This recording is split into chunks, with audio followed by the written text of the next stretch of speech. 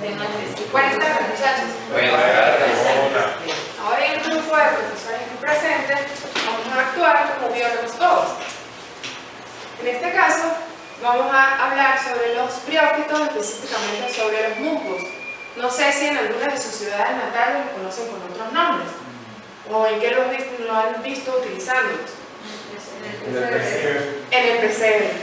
De eso precisamente se trata la clase, de su utilización en los pesebres, lo que no debe ser.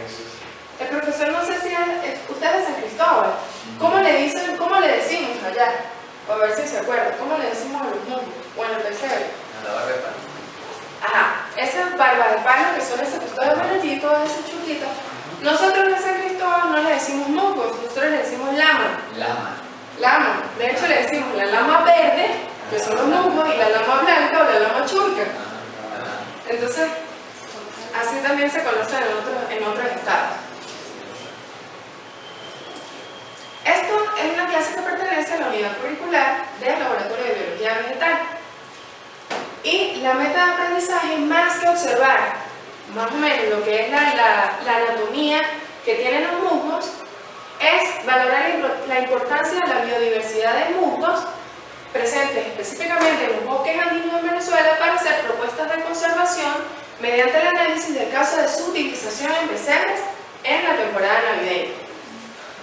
Durante el inicio les vamos a explicar con un mapa conceptual brevemente qué son los musgos, algunos ejemplos de musgos que trajimos, y en el desarrollo vamos a observar un video en donde se puede ver la función de los musgos en los ecosistemas.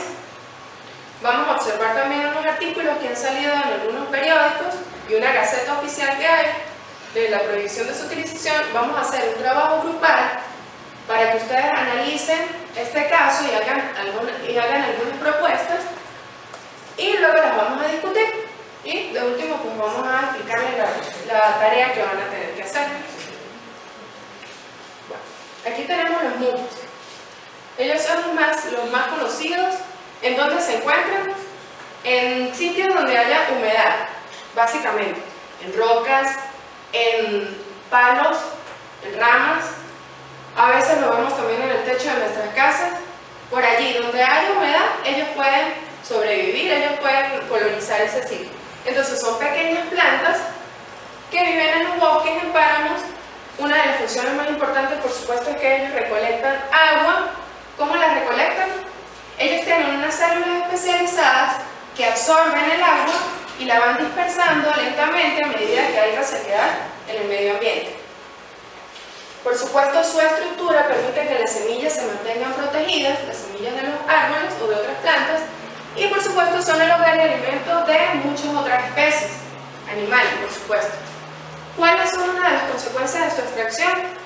Que disminuye la biodiversidad, el ambiente se seca, los bosques, y por supuesto producen una erosión en los suelos. Bien, ahora la profesora Yardelis les va a explicar cómo es la estructura en general de un musgo. Buenas tardes. Sí, este es más o menos el esquema de un musgo típico, la morfología.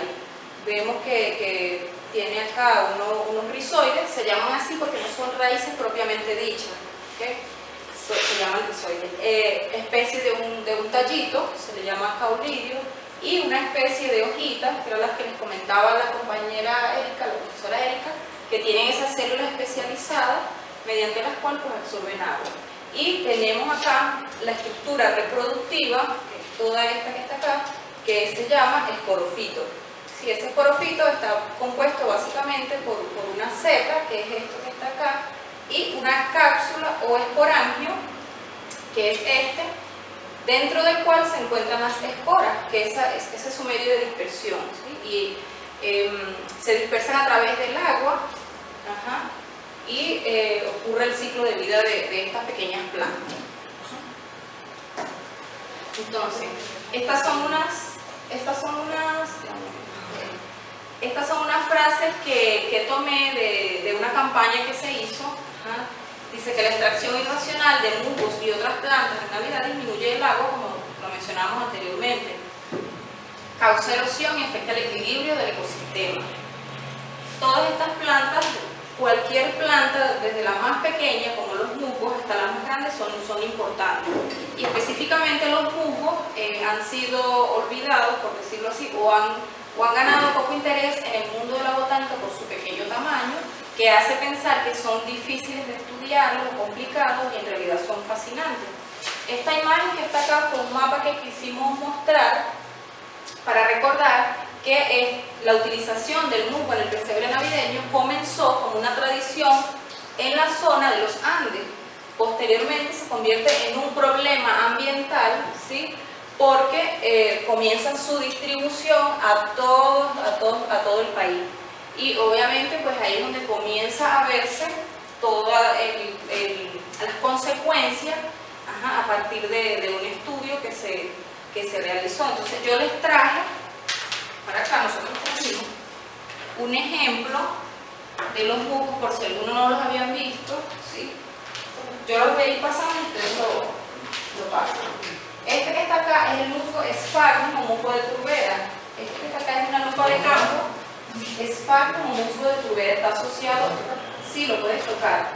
Ajá, lo puedes observar acá con la lupa. Pueden ir viendo. El Sphagnum, el musgo de turbera, es un musgo que absorbe 7 veces su peso seco en agua. Este era utilizado en la Segunda Guerra como algodón y además tiene propiedades antisépticas. Lo utilizaban los indígenas como toallas sanitarias o pañales, porque absorben muchísimo. Tiene, como les dije, propiedades antisépticas. Este es otro que este es el musgo típico como el que están en el centro, por eso tienen algunos colores. Entonces, por esa humedad que ellos son capaces de retener, es que son el hogar y la casa de muchos insectos que están asociados a muchos microanimales. Y las semillas de muchos árboles, por ejemplo, si no tienen el musgo de lo que les proporciona esa humedad, no se desarrollan. Por eso es que son muy importantes y tenemos que evitar que se destruyan los insectos. Sí, de hecho el musgo en general retiene el agua. Si es que está acá en el parco. Con la lupa yo la traje, sí, básicamente fue porque acá, este musgo que está acá no es el típico como el que te mostramos en la imagen. Esto que está aquí, la estructura reproductiva era para que algunos, pues si tenían la curiosidad, vieran la estructura reproductiva, que es el esporofito, que es este que está acá pequeñito. Entonces, como les mencionaba, a pesar de que son unas plantas tan pequeñas y han ganado poco interés en los botánicos, sin embargo, para muchos artistas y poetas han sido fuente de inspiración. De hecho, a mí me encanta una canción de la cantautora chilena Violeta Parra, que se llama Volver a los 17, y en el coro dice que el amor se va enredando como en los muros la hiedra, y va brotando como el mosquito en la piedra. O sea, a mí cuando yo escuché eso, yo como soy amante de los musgos, cuando yo escuché eso por primera vez, yo me enamoré de Violeta Parra. Entonces, vamos a continuar con el video que les comentábamos, que nos va, el video habla por sí solo.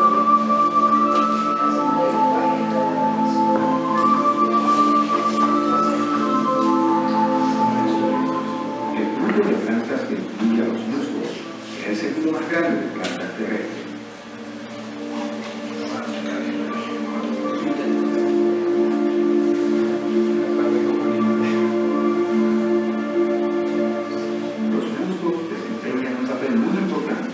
En los ciclos hídricos de los sistemas andinos, como los páramos y los bosques nublados.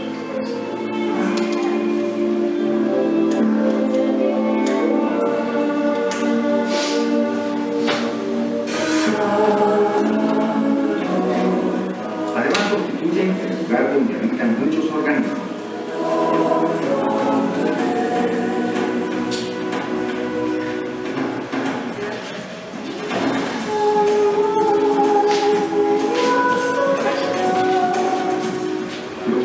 Absorben grandes cantidades de agua, hasta el 50% del agua de lluvia, y captan el agua de neblina.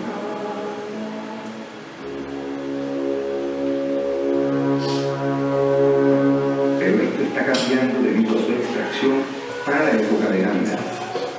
Cuando destruimos los musgos, no solo destruimos a ellos, sino que estamos destruyendo un ecosistema. La extracción de grandes volúmenes de musgos contribuye con la erosión de los suelos, reduce la humedad de los bosques, deteriora el paisaje y disminuye la biodiversidad. Proteger los musgos es conservar la naturaleza y el agua que llega a tu casa y a tus cultivos. Haz que esta historia sea de este modo.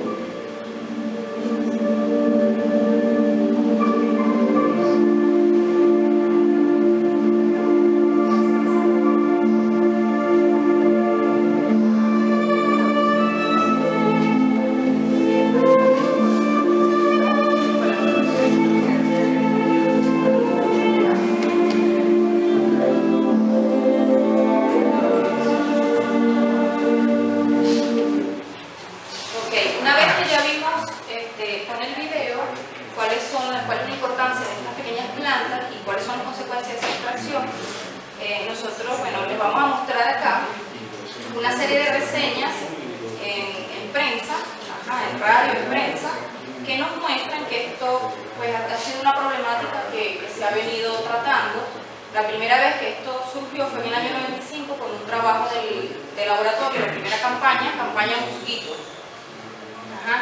Y a partir de ese trabajo y de esa campaña, pues salió publicado en Gaceta Oficial la prohibición de su uso para la elaboración del pesebre. Entonces yo voy a repartir el material y luego vamos a organizar acá cómo es que vamos a trabajar en la discusión y el análisis y discusión del caso. En primer lugar vamos entonces a dividirnos en dos grupos, así como están, para discutir un poco acerca de esto de los casos. En primer lugar, ¿qué experiencias han tenido ustedes con los grupos? En el sentido de que, ¿en dónde los han visto? ¿Dónde han tenido ustedes la oportunidad tanto de tocarlos? Incluso tal vez, cuando vemos tanto en los pesebres, ¿han trabajado con ellos en algún momento? Sí. Cuéntenme un poco, más o menos. Bueno, yo lo he visto en muchos árboles, o sea, con el clima húmedo sobre todo, cerca de los ríos, se ve mucho en las rocas y obviamente en los pesebres, que uno siempre chiquito pues lo ponían a hacer el pesebre, entonces uno lo manipulaba y cuestión. Y otra cosa, o sea, que me llama mucho la atención es que después de estar seco mucho tiempo, después uno le agrega agua otra vez como que vuelve a la vida, es algo muy particular del mundo. Eso básicamente es lo que he detallado del mundo. ¿Y el otro grupo? Bueno, personalmente he utilizado musgos para pesebres, siempre cartones, reciclados, pintados, pero sí he visto que lo venden, bueno, hace años lo comercializan por ahí en la Chile, y también cuando uno va a excursión, ¿no? En los Andes, lo que se ven los pagos, uno nota la presencia de ellos. ¿Han tenido la oportunidad tanto de tocarlos cuando están húmedos y cuando están secos?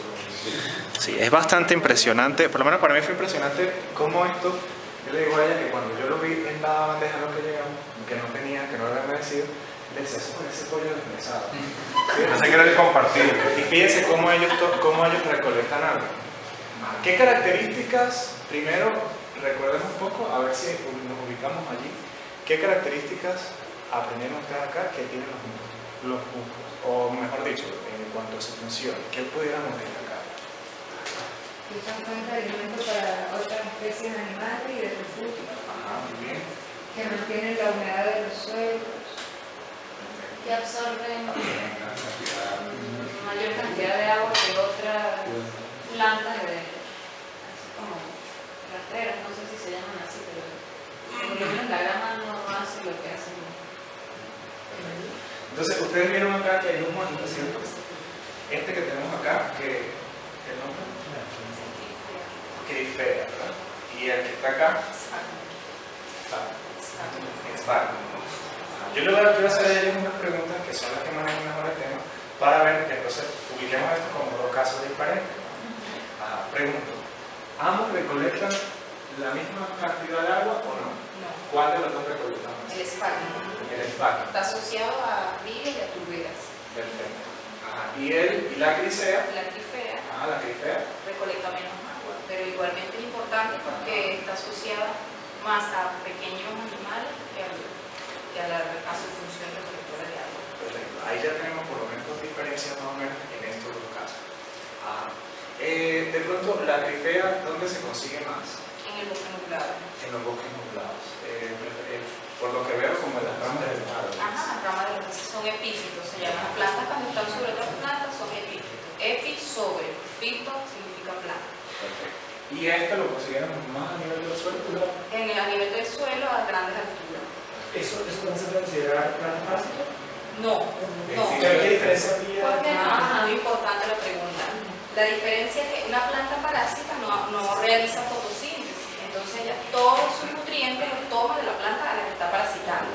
Mientras que la planta epífita realiza fotosíntesis, tiene sus hojas que realiza pues, el proceso y produce sus propios nutrientes, así estén sobre otra planta. Por lo menos la barba de palo, cual todo el mundo cree que es una planta parásita, mas no lo es epífita. Ajá. Igual que pueden pensar que la planta, una vez un estudiante me preguntó, profe, esa es una planta parásita, la que estaba en la guaya.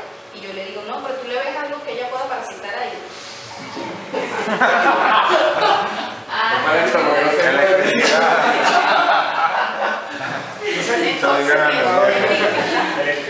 Pero digamos, a nivel práctico que uno diga, observamos a la planta, no sabemos si es epífita o no es epífita, pero está sobre otra. ¿No? Entonces, ¿cómo hace uno para decir, sí, esa está haciendo fotosíntesis o no?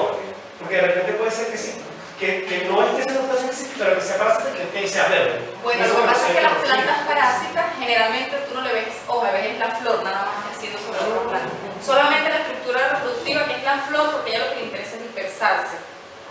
No tiene hojas. No tiene hojas. El pajarito, no sé si lo han visto, que enreda así los árboles, bueno, ella es hemiparásita. Los médicos, lo destruye, pero ella no es parásita completa, es semiparásita o hemiparásita, porque ella tiene sus hojas, o sea, ella parasita la planta, pero no completamente. ¿Y la orquídea? La orquídea es epífita, porque ella tiene sus hojas, ella realiza fotosíntesis, tiene de hecho sus raíces donde se ancla el sustrato. La de pajarito. Una que sea completamente parásita. Aquí no son muy comunes, no son muy comunes. ¿Los hongos en qué categoría entran? Primero, los hongos no son plantas. Por eso no pregunto. Hay otra planta, Pero No, los por eso te digo hongos, que qué categoría por lo general, ellos son saprófitos. Por lo general. Eso. Algunos producen enfermedades, son patógenos. También de plantas o de animales. ¿Y los nutrientes cómo los procesan? Ellos los degradan, producen sustancias químicas. Bien.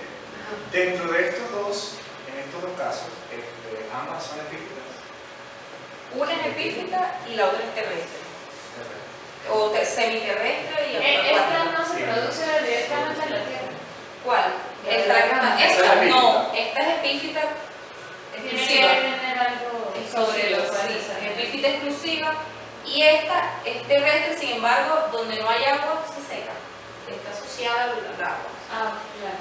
Ok, entonces ahora que hemos definido más o menos esto, incluso pueden hacer más preguntas para resolver lo que vamos a una problemática que hay, que también se comentó.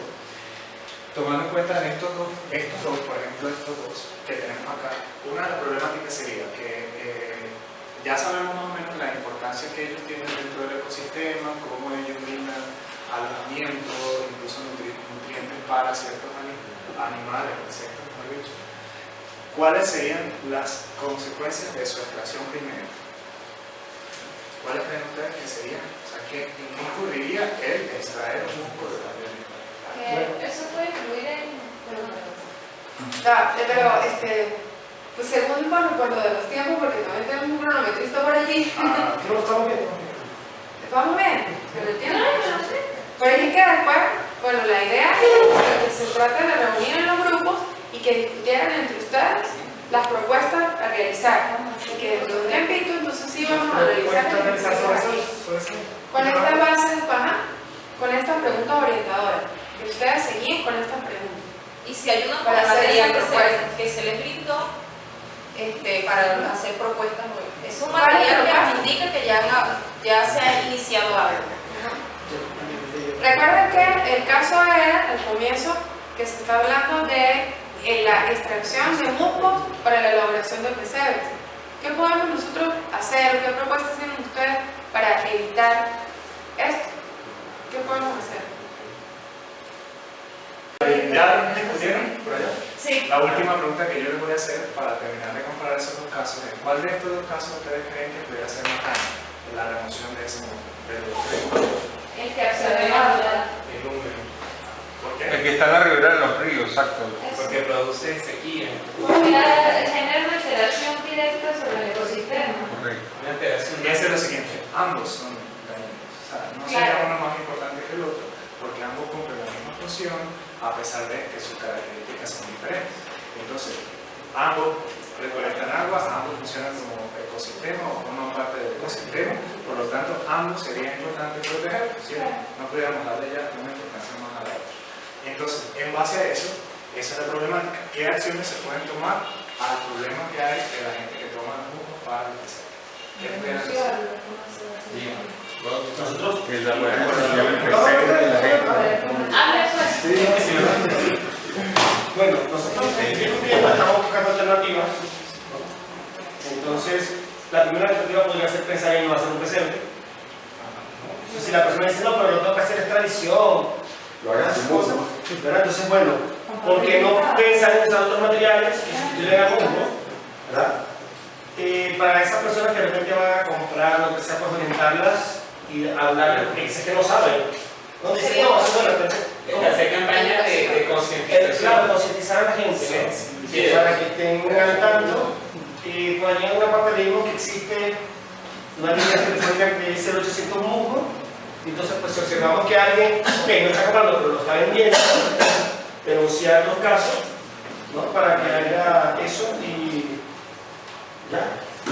Creo que no estamos haciendo nada. Entonces tenemos educación de la población, educación y sensibilización.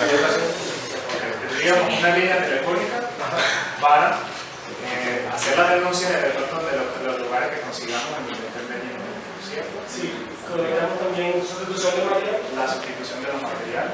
Y en una oportunidad tuve la oportunidad una vez de ver un pesebre en donde con jabón azul y hacen una espuma,